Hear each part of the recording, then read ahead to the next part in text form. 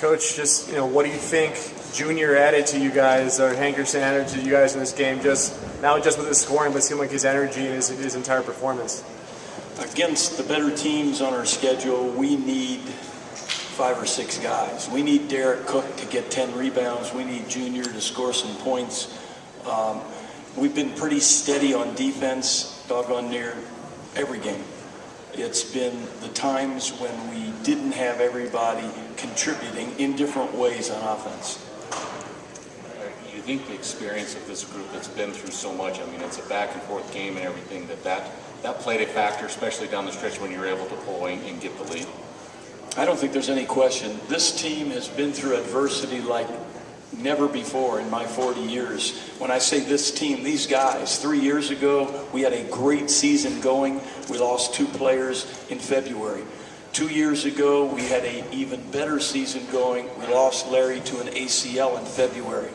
This year, we had even a better season going after we swept CSU at 19-4, and we got hit on the tail end with not 1 but 2 viruses, mono.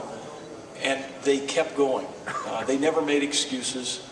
They just kept playing as hard as they could, not pretty, but as hard as they could. And so I think, there's a reservoir there that maybe some teams I've been around, they just don't have.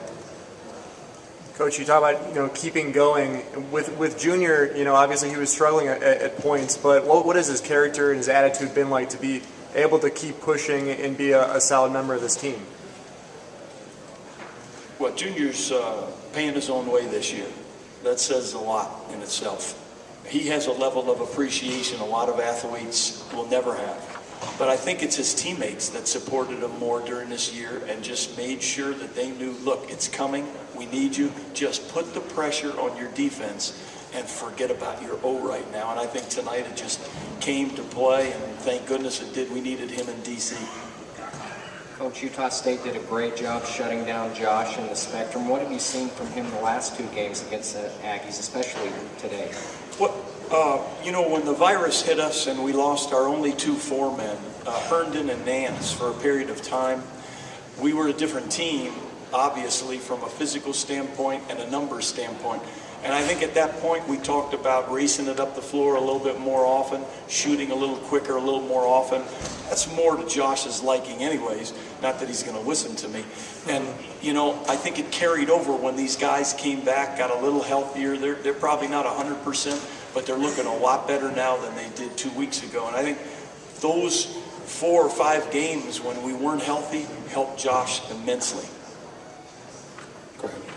Larry, I know it's a quick turnaround and certainly want to enjoy this, but you got the top seed tomorrow. What are your early thoughts on Boise? Are they a lot different team from the one you beat earlier in conference play? Well, they most certainly have a different mindset. They're the champions. They've had a great season.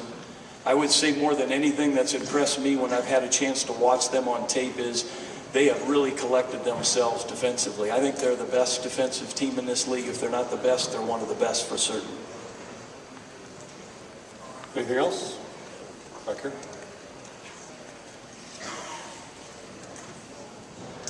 Coach, I just wanted to get your thoughts on the nickname Dunktown.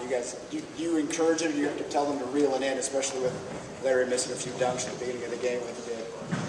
Well, I've enjoyed being aside from that and just enjoyed watching our guys play. And, it's a pretty good percentage shot, so I sort of like to see DC's elbows above the rim when they can drop it off to him. And there's something to be said for our unselfishness. I think a lot of our dunks this year have come on extremely unselfish plays.